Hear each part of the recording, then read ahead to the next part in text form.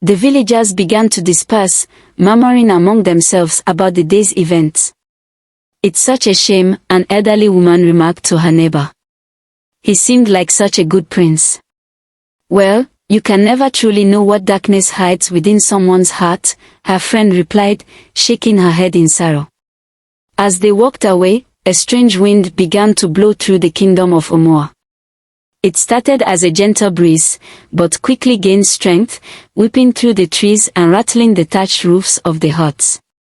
People glanced up at the sky in confusion. "Is a storm coming?" a man asked, shielding his eyes as he stared at the clear sky. Suddenly, a loud crack of thunder split the air, causing everyone to jump. More thunder followed, each boom louder than the last. The villagers began to run, seeking shelter from the unexpected tempest. "What's happening?" a woman cried out as she rushed past Prince Dyke, clutching her baby tightly to her chest. Dyke stood frozen, his triumphant smile fading as a chill crept down his spine. Something about this storm didn't feel right. Back at the palace, Prince Chokudi managed to break free from his captors and ran to his hut. He slammed the door shut and slid down to the floor, his body trembling with sobs. "Ibuka," he whispered, his voice breaking with grief, "I'm so sorry. I couldn't save you." He remained there, isolated from the world, replaying the tragic events over and over in his mind. As night fell and the strange storm continued to rage outside, Chokudi's sorrow slowly morphed into anger. He clenched his fist, his eyes burning with determination. "I will find the truth," he vowed quietly. "I will clear your name, Ibuka. I promise." When dawn broke, the village of Omoa faced a difficult decision. The throne was vacant, and they needed to choose between the two remaining princes to become the next king. Prince Dyke was the eldest, but some questioned if Prince Chokudi might be the better choice.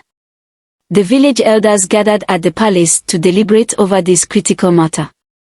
The atmosphere was tense as they took their seats in the grand hall. Elder Wosu, an old man with a white beard, was the first to speak. Leaning on his walking stick, he addressed the council in a raspy voice. "My fellow elders, our king is dead and has been laid to rest. Justice has been served for his murder. Now, we must choose a new leader for our kingdom. Omoa cannot remain without a king for long." The other elders nodded in agreement. Elder Wosu sat down, and Mr. Okoro, a shrewd-looking man, rose to speak. "Elders," Mr. Okoro began, scanning the room with sharp eyes, "Elder Wosu is right.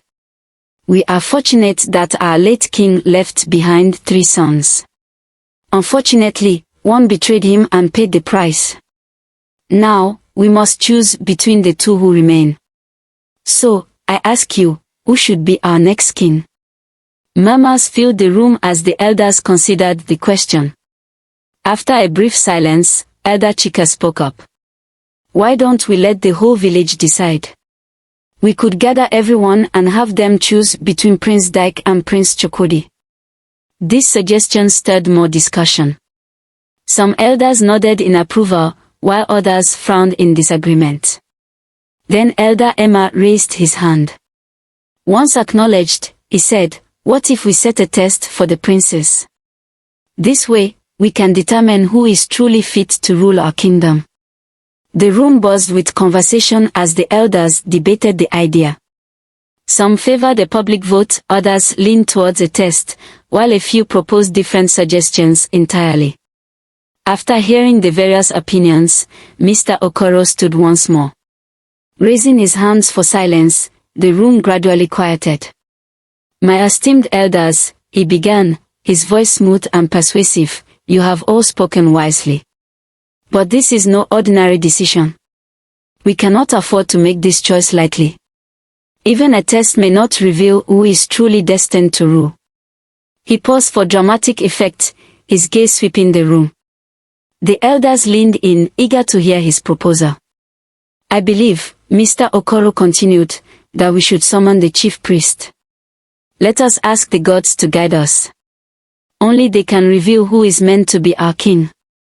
The elders sat back, contemplating his words. Slowly, heads began to nod in agreement. Elder New finally spoke. Mr. Okoro's words are wise. The gods will know best who should lead us. One by one, the other elders nodded, agreeing to seek divine guidance in choosing their new king. The elders voiced their agreement, and with a shared understanding, they resolved to consult the chief priest to determine who should be the next king of Umwa. With this decision made, the meeting was dismissed. The elders stood up, murmuring amongst themselves as they exited the palace, making their way back to their homes. The village would soon learn who their new king would be, chosen by the wisdom of the gods themselves. After the meeting, Mr. Okoro walked home, but instead of heading straight to his house, he detoured to a secluded spot in the forest, far from any prying eyes. He glanced around cautiously, ensuring no one was watching, then waited. A few moments later, Prince Dak appeared, moving quickly and glancing over his shoulder. Upon reaching Mr. Okoro, he let out a sigh of relief. "Mr. Okoro," Prince Dak whispered, his voice low, "I apologize for the delay. I had to be discreet. I couldn't risk being seen." Mr. Okoro waved dismissively. "No matter, my prince, or should I say, my king." He chuckled softly. Prince Dak's eyes lit up at the word king. Mr. Okoro continued, his voice brimming with excitement, "Our plan is unfolding perfectly. Did you see how easily I persuaded the elders to consult the chief priest? They believed every word." "You were brilliant," Prince Dak agreed, nodding eagerly. "But what's our next step?" Leaning closer, Mr. Okoro lowered his voice to a whisper. "Now, we must visit the chief priest immediately. We'll bring a generous offering, of course, one he won't be able to refuse." A wicked smile spread across Mr. Okoro's face. Prince Dak mirrored the expression, clearly pleased with their progress. "You truly are a wise man, Mr. Okoro," he said, clapping the older man on the shoulder. "I can already see myself sitting on that throne." For a moment, the prince's eyes glazed over as he envisioned his future power. Then, refocusing, he added, "When I am king, and I will be king, you need not worry about a thing. You'll be my right-hand man, my most trusted advisor. I'll grant you land, wealth, whatever you desire. You will be second only to me." Mr. Okoro's grin widened at the promises. "My prince, I like the sound of that very much," he said, rubbing his hands together. "Do not worry. The throne is as good as yours already. There will be no complications. You might as well start thinking of yourself as king from this moment." Prince Dak straightened, puffing out his chest as if he could already feel the weight of the crown. "You're right, Mr. Okoro. From this moment on, I am the king of Umwa. No one can stop me now." The two men exchanged a look of triumph, their eyes gleaming with greed and ambition. They had come this far, and nothing could stand in their way now. "Come," Mr. Okoro said, gesturing toward the forest path. "Let's go see the chief priest. Your reign is about to begin, my king." With that, Prince Dak and Mr. Okoro set off deeper into the forest, their minds filled with dreams of power and wealth, unaware of the consequences their actions would soon bring. As night began to fall, Prince Dak and Mr. Okoro arrived at the chief priest's hut. The setting sun cast long shadows across the village. They knocked on the door, and the chief priest, an old man with a wrinkled face and a colorful robe, answered. "Chief priest," Mr. Okoro began with a slight bow, "we seek your assistance in a matter of great importance." The chief priest eyed them suspiciously but stepped aside, allowing them to enter. The inside of his hut was dimly lit, filled with strange artifacts, and the air was thick with the scent of herbs. Prince Dak spoke eagerly, "We ask that you declare me as the new king of Umwa." The chief priest's eyes widened. "That is not a small request, Prince Dak. The gods alone choose the king, not I. Mr. Okoro stepped forward, his voice smooth and persuasive. Of course, Chief Priest. But surely the gods have already shown you that Prince Dak is the rightful choice. The priest shook his head firmly. No. I cannot do this. It would be wrong. Prince Dak and Mr. Okoro exchanged a glance. Then Mr. Okoro cleared his throat and said, "What if we were to offer you a gift to show our deep appreciation for your wisdom?" The chief priest's eyebrows lifted. What kind of gift? 3 fat goats, Prince Dak offered quickly, and a large sum of money. The chief priest's eyes gleamed with interest, but he hesitated. I'm not sure. Mr. Okoro leaned in, speaking softly. Think of all the good you could do for the village without money. And the gods would surely welcome such fine goats for their sacrifices. After a long pause, the chief priest nodded slowly. Very well. I will do as you ask. Prince Dak couldn't hide his excitement as a broad grin spread across his face. Do not worry, my prince, the chief priest said, raising a hand. It's a simple matter. As the chief priest, my word is trusted by all in the village. Consider it done. Go home and rest easy. Relieved and triumphant, Prince Dak and Mr. Okoro left the priest's hut. As they walked back through the village, Mr. Okoro spoke in a low voice.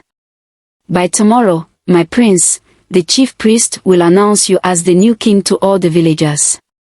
Prince Dak nodded, his eyes gleaming with anticipation. Excellent. Everything is falling into place. They reached a crossroads, and Mr. Okoro prepared to head to his own house. Rest well tonight, my prince, Mr. Okoro said. Tomorrow, you will be king. Prince Dak watched as Mr. Okoro walked away, then turned toward the palace, his heart racing with excitement. Tomorrow, he whispered to himself, I will have everything I've ever dreamed of. As night blanketed Umuahia, the village remained quiet, unaware of the deception that had just unfolded. The stage was set for a new king to be crowned. The next day, as planned, the entire village of Umuahia gathered at the palace. The air buzzed with excitement and curiosity. Villagers whispered amongst themselves, wondering who would be chosen as their new king. Who do you think it will be? One villager asked his neighbor. I'm not sure, the other replied, but I hope it's someone wise and just. Suddenly, the crowd fell silent as the chief priest entered. He was dressed in elaborate robes, holding a staff adorned with feathers and beads. The priest began chanting in a low voice, his arms raised toward the sky. What's he saying? A child asked his mother. SHH, she whispered. He's speaking to the gods. After several moments of chanting, the chief priest called out, Prince Dak and Prince Chokudi, step forward. The two princes moved to the front of the crowd. Prince Dak stood tall and confident, while Prince Chokudi appeared uneasy and solemn. The chief priest threw small stones on the ground, muttering ancient words. Then, to everyone's surprise, he let out a loud